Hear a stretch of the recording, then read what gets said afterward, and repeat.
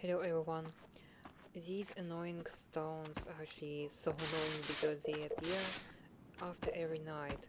I guess it is related to werewolves which are spawning every night again. This is a bug, I know. They are not supposed to spawn every night. I hope that in the next versions it will be fixed. And these stones do appear every night. I do not know how. Like, what do those werewolves are doing in order to bring all those cobblestone, and not only cobblestone, but other types of blocks as well. My audio actually didn't record for some reason, I don't know. I made a video, everything was fine, but my audio got broken. Always there's some troubles. I would never mention it, but it's painful because you're trying, you're doing, everything is fine, and then it's corrupted, and you're so disappointed you don't know what to do. It's so annoying. You need to do that again. But anyway, I've done it. This is the beginning of my castle. I'm so happy that I finally decided how to begin it, and I decided which location to select, and now I only need to make smart decisions and also determine how will I expand it. I have a couple of layouts kind of in my imagination. A lot now because I'm just a little bit insecure as always. I don't know why I'm so worrying, honestly, even here. Anyway, I'm very anxious person, but I hope that you enjoyed my building, and this is the way how I will do. Basically, I will gather some resources from time to time. I will do a lot of stuff apart from recordings, and then I will show you just what I've done, and I will show you my buildings.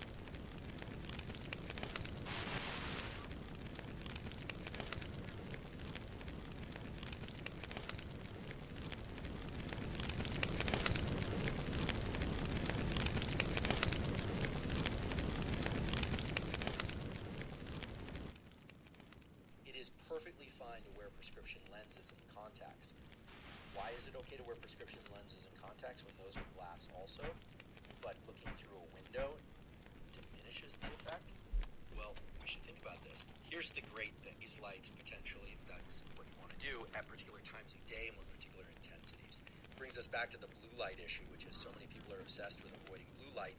You actually want a ton of blue light early in the day and throughout the day, so don't wear your blue blockers then, or maybe you don't wear them at all. And at night, it doesn't matter if you have blue blockers on. If the lights are bright enough, then you're still going to be activating these cells and mechanisms. I just want to add something since about the science behind the blue blocker confusion. So these melanopsin retinal cells do react to blue light. That is the best stimulus for one of these melanopsin cells, which led to the belief that blue blockers would be a good thing for preventing resetting of the circadian clock at night and deleterious effects of screens, etc. However, the people that made these products failed to actually read the papers start to finish, or if they did, they didn't comprehend a critical element, which is that most of those papers early on took those neurons out and put them in a dish, and when they did that, they divorced those neurons from their natural connections in the eye. Turns out in your eye and my eye right now, because that's what we care about, these cells exist, and these cells respond to blue light, but also to other wavelengths of light, because they not only respond directly to light as they do in a dish, they also respond to input from photoreceptors. So, if you talk to anyone in the circadian biology field, they'll tell you, yeah, this blue light thing has really gotten out of control because people assume that blue light is the culprit because blue light is the best stimulus. That doesn't mean that blue light is the only stimulus that will trigger these cells. Okay, so like many things, a scientific paper can be accurate without being exhaustive, and a lot of claims about products can be accurate but not exhaustive. So blue light during the day is great. Get that screen light, get that sunlight especially, get overhead lights. I talked about all this in the previous podcast. But at night, you really want to avoid those bright lights, and it doesn't matter if it's blue light or something else. And so there was a real confusion about the papers and the data when most of those product recommendations were made. Okay, while we're on that topic, let's talk about light in other orifices of the body. I made a kind of a joke about this the last podcast episode, but a couple people wrote to me and said, well, I've seen some claims that light delivered to the ears, into the ears or the roof of the mouth or up the nose can be beneficial for setting circadian rhythms. No, not directly anyway. And this is a great opportunity for us to distinguish between what is commonly called the placebo effect, but a more important way to think about any manipulation, behavioral or otherwise, that you might do is the difference between modulation and mediation. There are a lot of things that will modulate your biology. Putting a couple lights up your nose, please don't do this, might modulate your biology by way of the stress hormone that's released when you stuff those things up your nose. Remember earlier, in the previous podcast, I said that virtually anything will phase shift your circadian rhythm if it's different and dramatic enough. So the question is it the light delivered up the nose or through the ears or some other orifice that's mediating the process? Is it actually tapping into the natural biology of the system that you're trying to manipulate? And this is where I like to distinguish between real biology and hacks. I don't like the word hack or, frankly, neurohacking or biohacking. I just don't like the term because a hack is using something for a purpose for which it was not intended, right? But where you can it's a kind of a cheat, and that's not how biology works well. So I try and distinguish between things that really mediate biological processes and things that modulate them. There are a number of commercial products out there with some studies attached to them claiming that light delivered to the ears or wherever can adjust your wakefulness or adjust your sleep. I've looked at those papers. Again, I'm probably going to lose some friends by saying this, but maybe I'll gain a few as well. Not blue ribbon journals, frankly. Oftentimes, read the small print. There was a conflict of interest clause there related to commercial interests. If somebody disagrees with me outright on this and can send to me a peer-reviewed paper published in a quality journal about light delivered anywhere but the eyes of humans that can mediate circadian rhythms, wakefulness, etc., I'm more than happy to take a look at that and change my words and stance on this and do it publicly, of course.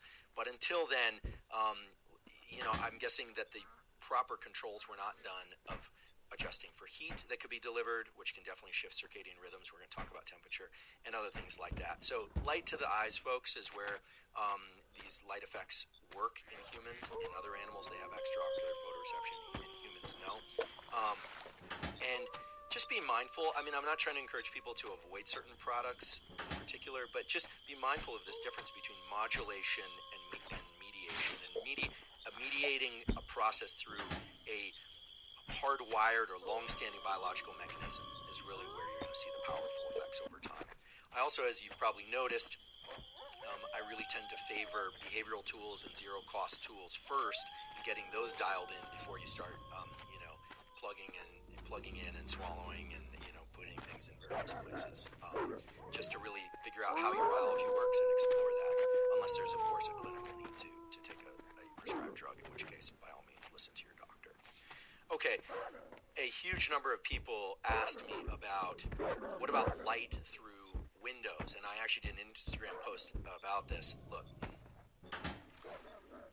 setting your circadian clock with sunlight coming through a window is going to take 50 to 100 times longer. If you want the data on that, I'd be happy to send you to the various papers that were described in the previous podcast that Jamie Zeitzer from Stanford and I have discussed also elsewhere. But here's really the key thing with this. Do the experiment. You can download the free app Light Meter. You can have a bright day outside or some sunlight. Hold up that app, take a picture. It'll tell you how many lux, you know what lux are. It will tell you how many lux are in that environment. Now close the window. And if you want, close the screen or don't open the screen. You can do all sorts of experiments. You'll see that it will at least half the amount of lux. And it doesn't scale linearly, meaning let's say I get 10,000 lux outside, 5,000 looking out through an open window, and then I close the window and it's 2,500 lux. It does not mean that you just need to view that sunlight for twice as long if it's half as many lux. Okay, it's not like 2,500 lux means you need to look for 10 minutes, and 5,000 lux means you look for 5 minutes. It doesn't scale that way just because the biology doesn't work that way. Best thing to do is to get outside if you can. If you can't, next best thing to do is to keep that window open. It is perfectly fine to wear prescription lenses and contacts. Why is it okay to wear prescription lenses and contacts when those are glass also, but looking through a window diminishes the effect?